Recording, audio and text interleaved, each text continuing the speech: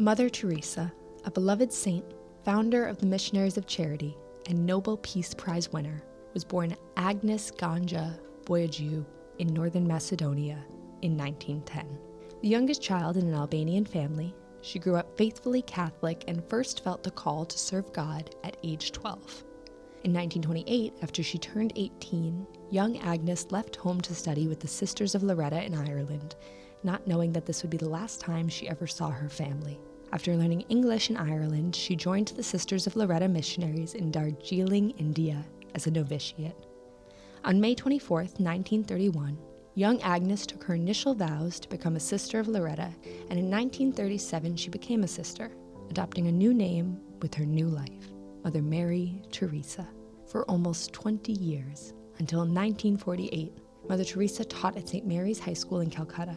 While she enjoyed growing deeper in her vocation, she couldn't help but find her mind and heart being drawn past the schools and convent and into the city streets. Calcutta, an already poor and overcrowded city, was still reeling from the Bengal famine of 1943, and Mother Teresa felt drawn to leave the comforts of the convent and not only go and serve the poor, but live amongst them too. The desires of her heart and the path God set before her came together on a train ride to a retreat in Darjeeling in 1946, when she was 36 years old. Mother Teresa received what she referred to as a call within a call to leave the Sisters of Loretta and devote herself fully in service of the poorest of the poor. Speaking of this call, she said, "I was to leave the convent and help the poor while living among them. It was an order. To fail would have been to break the faith." 2 years later, she received the blessing of her superiors to leave her teaching position and to create the Missionaries of Charity, an order of sisters that not only worked in the slums, but lived in them too. She never hesitated in speaking the truth of her heart, saying, "Our poor people are great people, a very lovable people. They don't need our pity and sympathy. They need our understanding, love, and they need our respect. We need to tell the poor that they are somebody to us and that they too have been created by the same loving hand of God to love and be loved." The first iteration of the Missionaries of Charity was informal and humble. She designed their habit, a white sari with 3 blue stripes to symbolize the sisters' vows of poverty, chastity, and obedience. She didn't have any training or resources, which would have been enough to stop just about anyone else from even trying to make a difference. But in her humility, she began her ministry, and God provided. She was granted Indian citizenship and received medical training. Soon after, she was joined by other women who felt a similar call to serve, and they began opening open-air schools and hospitals. They had no donors. They had no aid. The sisters would only beg and pray for the food and medical supplies they needed to help those around them. Mother Teresa was overcome by the suffering around her, writing, "Our Lord wants me to be a free nun, covered with the poverty of the cross. Today I learned a good lesson. The poverty of the poor must be so hard for them. While looking for a home, I walked and walked till my arms and legs ached. I thought how much they must ache in body and soul looking for a home, food, and health. Then the comfort of Loretto came to tempt me. You have only to say the word and all that will be yours again," the tempter kept on saying. "Of free choice, my God, and out of love for you, I desire to remain and do what be holy in my regard. I did not let a single tear come." Despite these hardships, in 1950, Mother Teresa received permission from the Holy See to make the Missionaries of Charity an officially recognized order. They began to grow in number, accepting droves of new novitiates while also opening hospices, schools, and shelters. The missionaries knew they wouldn't be able to save everyone, but they cared deeply about allowing people to die with dignity, insisting that everyone was spiritually accompanied through their death by the sacred text and practice of their own religion. Mother Teresa was revered as a holy woman by all types of people with all types of faiths and backgrounds. Describing this, her friend Father Paul said, "Since Hindus, Muslims, and Christians all take her for a woman of God and a holy person, they all wanted to get a blessing. In India, to get a blessing means to be touched on the head individually. Many people prostrated themselves and then got a blessing.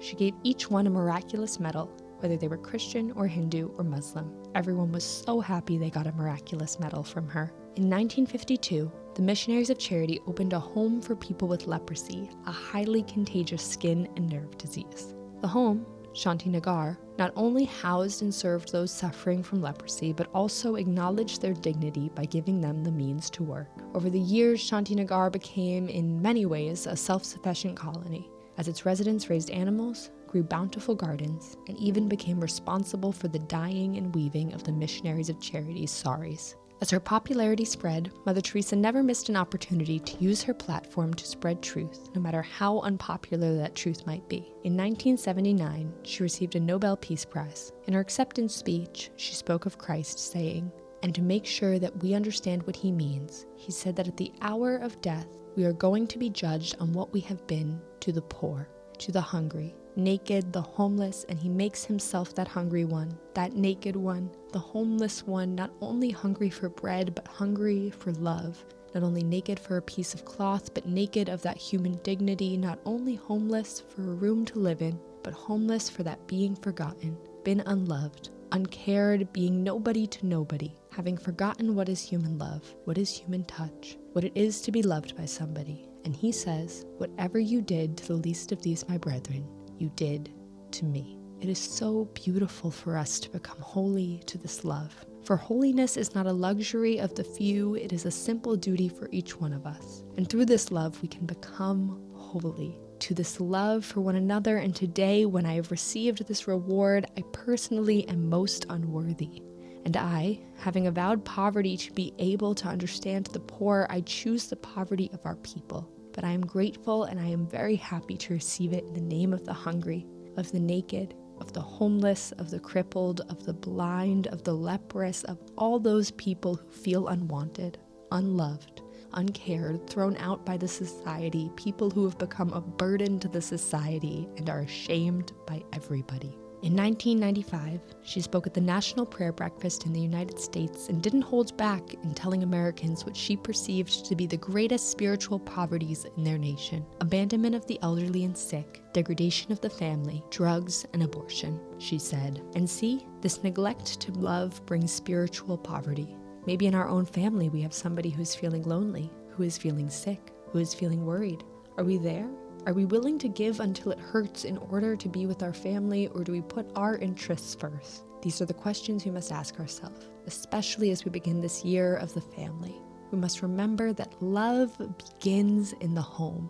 We must also remember that the future of humanity passes through the family. I was surprised in the West to see so many young boys and girls given to drugs, and I tried to find out why. Why is it like that, when those in the West have so many more things than those in the East? And the answer was, because there is no one in the family to receive them. Our children depend on us for everything: their health, their nutrition, their security, their coming to know and love God. For all of this, they look to us with trust, hope, and expectation. Often, father and mother are so busy that they have no time for their children. Perhaps they are not even married or have given up on their marriage. So their children go to the streets and get involved in drugs or other things. We are talking of love of the child, which is where love and peace must begin, there, in our own family. But I feel that the greatest destroyer of peace today is abortion, because Jesus said, "If you receive a little child, you receive me." So every abortion is the denial of receiving Jesus, is the neglect of receiving Jesus. She passed 2 years later, at the age of 87. But just a year before she died, she wrote a letter to her fellow missionaries that encapsulates her legacy. Entitled the Varanasi Letter, it reads, "My dearest children, sisters, brothers, and fathers, this letter, being very personal, I wanted to write in my own hand, because there are so many things to say. Even if not in Mother's hand, still, it comes from Mother's heart. Jesus wants me to tell you again how much love he has for each of you, beyond all you can imagine. I worry some of you still have not really met Jesus, one-to-one, you and Jesus alone. We may spend time in the chapel, but have you seen with the eyes of your soul how he looks at you with love? Do you really know the living Jesus, not from the books, but from being with him in your heart? Have you heard the loving words he speaks to you? Ask for grace. He is longing to give it. Never give up this daily intimate contact with Jesus as the real living person, not just the idea. How can we last even one day without hearing Jesus say, "I love you"? Impossible. Our soul needs that just as much as the body needs to breathe the air. If not, prayer is dead. Meditation, only thinking. Jesus wants you to each hear him speaking in the silence of your heart. Be careful of all that can block that personal contact with the living Jesus. The devil may try to use the hurts of your life, and sometimes our own mistakes, to make you feel it is impossible that Jesus really loves you, is really clinging to you. This is a danger for all of us, and so sad because it is completely opposite of what Jesus is really wanting, waiting to tell you. Not only that he loves you, but even more, he longs for you.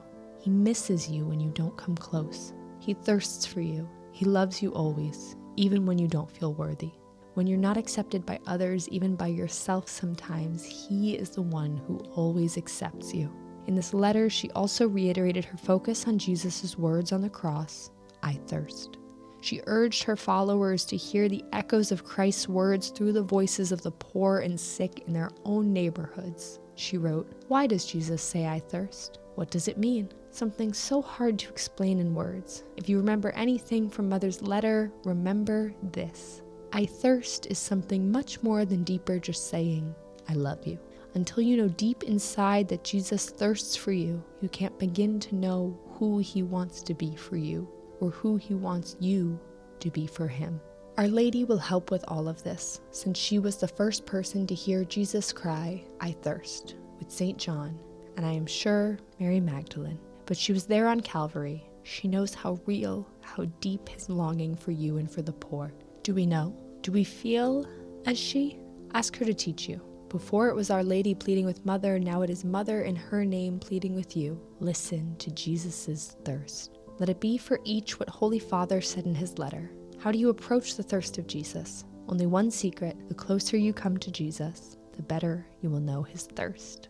10 years after her death, a collection of Mother Teresa's personal writings were published for the first time, and the contents made headlines around the world. Her letters revealed that she had experienced a period of spiritual desolation that no one, with the exception of her confessor, had known about. Privately, she wrote, "There is so much deep contradiction in my soul, such deep longing for God, so deep that it is painful, a suffering continual, and yet not wanted by God, repulsed, empty, no faith, no love, no zeal. Souls hold no attraction. Heaven means nothing. To me, it looks like an empty place. The thought of it means nothing to me, and yet this torturing longing for God. Pray for me, please, that I keep smiling at him in spite of everything, for I am only his, so he has every right over me. I am perfectly happy to be nobody, even to God." While the publishing of her private doubts drew criticism from cynics, the faithful found hope in her words, interpreting them as a sign of solidarity. The revelation of Mother Teresa's dark night of the soul was perhaps her final, humble gift to her devotees, as it proved once and for all that faith is not a feeling and that we can do incredible things for God and our neighbor despite our doubts. Even in the wake of all this controversy, the case for Mother Teresa's sainthood was brought to the Vatican almost immediately. She was beatified on October 19, 2003, and canonized on September 4, 2016.